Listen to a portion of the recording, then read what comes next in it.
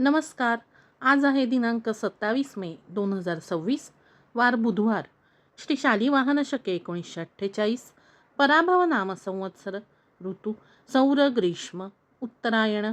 तिथी अधिक ज्येष्ठ शुक्ल एकादशी सकाळी 6:21 त्यानंतर अधिक ज्येष्ठ शुक्ल द्वादशी. नक्षत्र चित्रा. योग व्यतिपात करण बव. सूर्योदय सकाळी 6:03. सूर्यास्त संध्याकाळी 7:08. सूर्य राशी वृषभ, चंद्र राशी कन्या. दिनविशेष कमला एकादशी, बकरीद, पंडित नेहरू पुण्यदिन. अधिकमास महात्म्य या प्राकृत भाषेतील पोथीच्या 11व्या अध्यायाची लिंक आपल्याला या शॉर्टच्या खाली दिसेलच. आता ऐकूया 11व्या अध्यायाचे कथासार. श्री गणेशाय नमः. अधिक मासात ब्राह्मणाची पूजा कशी करावी हे विष्णूने लक्ष्मीला सांगितले. तो म्हणाला, सत्यवचनी, तपस्वी, अहिंसक, षटकर्मे यथासांग करणारा ब्राह्मण हा पूजेसाठी योग्य ब्राह्मण होय.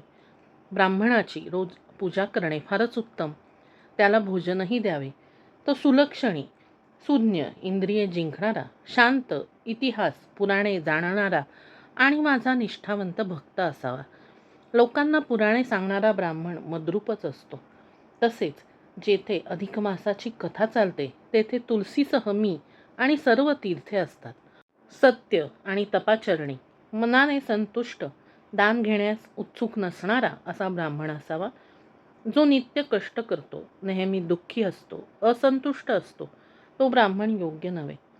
संतांना तर जास्तच महत्त्व आहे. जो इतर सर्व गोष्टी मानतो पण साधूजनांना मानत नाही असा ब्राह्मण अयोग्य होय. दयायुक्त, भक्तियुक्त, तपस्वी, सदाचरणी आणि मला सर्वत्र व्यापक समजणारे असे जे ब्राह्मण असतात ते मला प्राणप्रिय असतात. ब्राह्मणाचे धन कोणीही चोरू नये.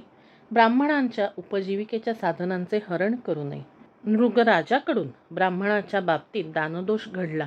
त्यामुळे त्याला विप्राच्या शापामुळे खोल कुपामध्ये सरडा होऊन पडावे लागले व कृष्णाच्या दर्शनाने त्याचा उद्धार झाला. ही सर्व कथा विष्णूने लक्ष्मीला सांगितली आणि विप्रांचा प्रताप कसा असतो ते सांगून तो म्हणाला, अधिक मासात विशेषतः सत्पात्र ब्राह्मणाची पूजा करावी. या बाबतीत विष्णूचे ब्राह्मणांचे महात्म्य अनेक प्रकारे सांगितले.